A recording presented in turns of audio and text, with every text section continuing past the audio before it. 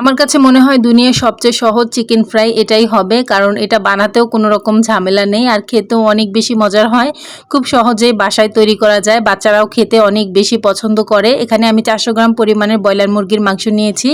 আমি leg piece নেওয়ারই চেষ্টা করেছি। এখানে দিয়ে দিব 1 টেবিল চামচ পরিমাণের লেবুর রস, হাফ চা চামচ পরিমাণের সাদা গোলমরিচের গুঁড়া, আদা বাটা দিয়ে দিলাম হাফ চা চামচ পরিমাণের, রসুন বাটা এখানে দিয়ে দিব 1.5 চা চামচ পরিমাণের, পরিমাণ মতো লবণ, হলুদের গুঁড়া হাফ চা চামচ, মরিচের গুঁড়া 1 চা চামচ, ধনিয়া ও জিরার গুঁড়া হাফ চা চামচ করে। এবার এখানে দিয়ে দিলাম সয়া সস 1 টেবিল চামচ পরিমাণের, টমেটো সস 1 টেবিল চামচ পরিমাণের আর গ্রিন চিলি সস 1 টেবিল চামচ পরিমাণের, একটা ডিম। এবার ভালোভাবে মিশিয়ে 10 মিনিটের জন্য রেস্টে রেখে দিব। আপনাদের যদি গ্রিন চিলি সস না থাকে তাহলে না দিলেও হবে। এখন 10 মিনিট পরে 2 টেবিল চামচ পরিমাণের কর্নফ্লাওয়ার, সেই সাথে 2 টেবিল চামচ পরিমাণের ময়দা দিয়ে আবারও ভালোভাবে মিশিয়ে নিব। ময়দা আর কর্নফ্লাওয়ার দিলে চিকেনের উপরে অনেক সুন্দর একটা কোট হয়।